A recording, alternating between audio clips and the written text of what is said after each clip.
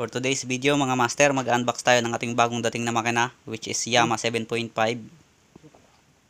Ayan mga master, meron talaga siyang frame. Bili natin siya sa Atlas Store sa Shopee. Sa halagang 6,400 mga master. Okay, titignan natin kung anong laman ito. Okay siya mga master kasi may frame, may kahoy siya na frame.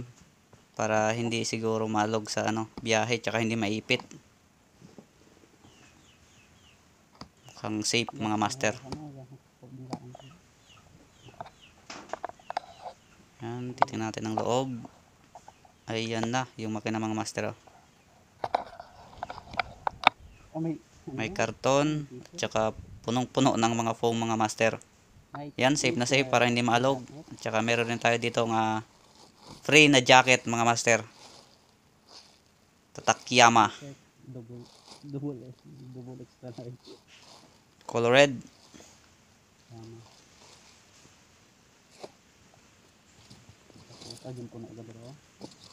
Tsaka yung foam mga master, ang punong-puno.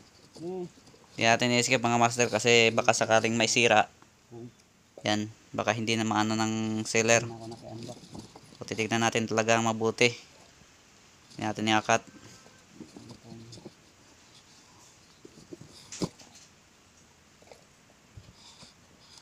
Kararating lang pala nito mga master. Ngayong hapon. Tsaka meron siyang sticker, dalawa. Free sticker mga master.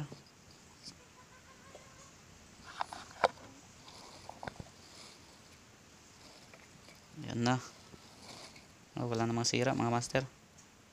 Karton sa gilid, pang safety. Kaya pala pinipisil ko kanina. Ayan, dito yung mga master. Kanyang tambutso. O muffler. Ayan.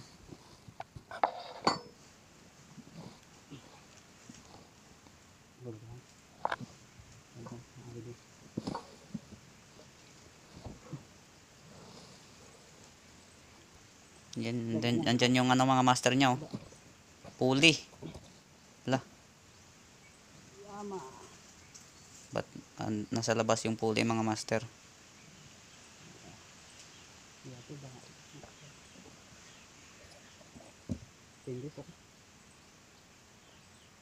Yung muffler niya mga master, tambutso.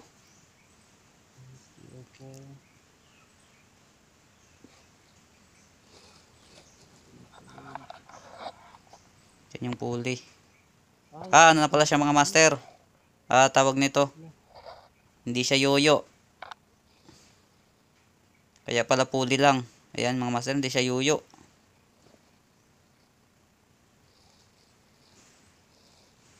So, manual to mga master, yung mano-mano talaga. Hindi siya yoyo. Ayan mga master, oh. Hindi siya yoyo. Yan, bakal yan, solid. Yan yung maganda mga master kasi minsan kasi nagloloko yung pulley, yung yoyo. Minsan tayo sa laot, mahirap magbaklas. Check natin yung body, okay naman. Walang damage. May mga gasgas sa konti mga master pero okay lang naman. Gaya ng oil, on off. Tsaka plastic tank ta siya mga master Plastic tank. 4 liters yata ang laman nito mga master. Pag full tank. Spark plug, okay siya. Mga master, overall wala naman siyang damage o UP. Yun nga lang siya. Hindi siya yoyo. Manual talaga siya. Pulley, hila-hila talaga yan, hila. Yan, okay naman. Wala siyang sira mga master.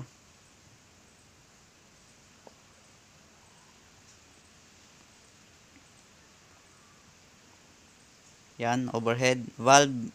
Cover niya, okay. Check. Guwapo mga master. Sa halagang 6,400. Ito kasi yung Yamaha 7.5 na lagi kong nakikita sa Shopee. Tsaka marami ring bumibili mga master Ito yung pulley niya. Pulley lang.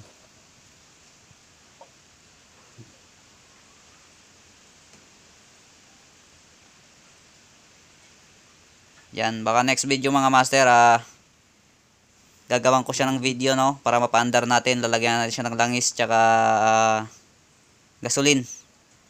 Wala pa kasi tayo ngayon nasa oras. Magandaan mga master, oh, yung ano niya, body frame.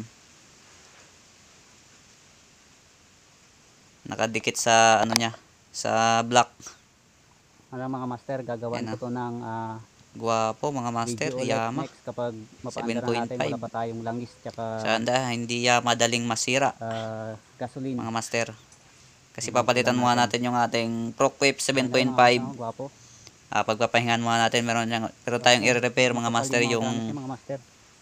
ano niya, block Meron na butas. siyang harang dito. Makapal. Makapal mga master yung mga gamit niya, oh, kumpara dun sa Makapal siya. ProQuip natin. Tsaka may nakasulat dyan mga master, oh. Ka-engrave yung number. Hindi ko na alam kung para saan yan. Oil.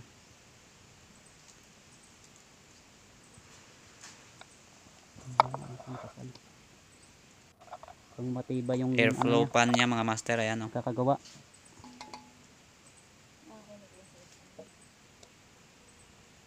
Number niya.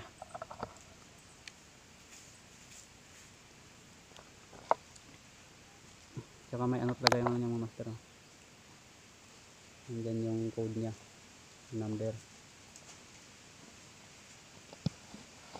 Body.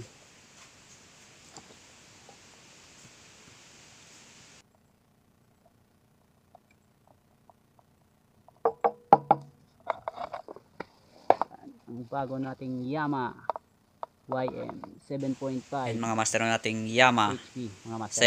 7.5 YM Angas, oh. 7.5 HP plastic tank, all new. Ganda mga master, gwapo.